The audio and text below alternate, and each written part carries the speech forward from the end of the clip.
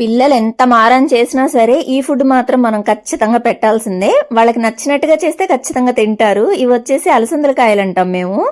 మీరేమంటారు అనేది కమెంట్స్లో చెప్పండి. ఒక రకంగా లాంగ్ బీన్స్ అంటే అర్థమైద్ది. బీన్స్లోనే చాలా టైప్స్ ఉన్నాయి కదా, అలా అనమాట. ఇవి కట్ చేసుకున్న తర్వాత ఇలా కుక్కర్లో పెట్టేసుకోవడమే. ఒక 4 విజిల్స్కి చక్కగా ఉడిగిపోతాయి మనకి.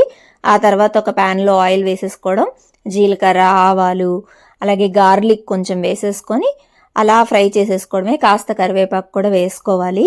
వీటి వల్ల ఏంటంటే హై ఫైబర్ ఫుడ్ కదండి, చాలా బాగుంటుంది. హెల్దీగా బవల్ మూమెంట్స్ కానివ్వండి, అండ్ అలాగే ఇంకా వెయిట్ మేనేజ్మెంట్కి చాలా హెల్ప్ అవుతాయి అన్నమాట ఇవి.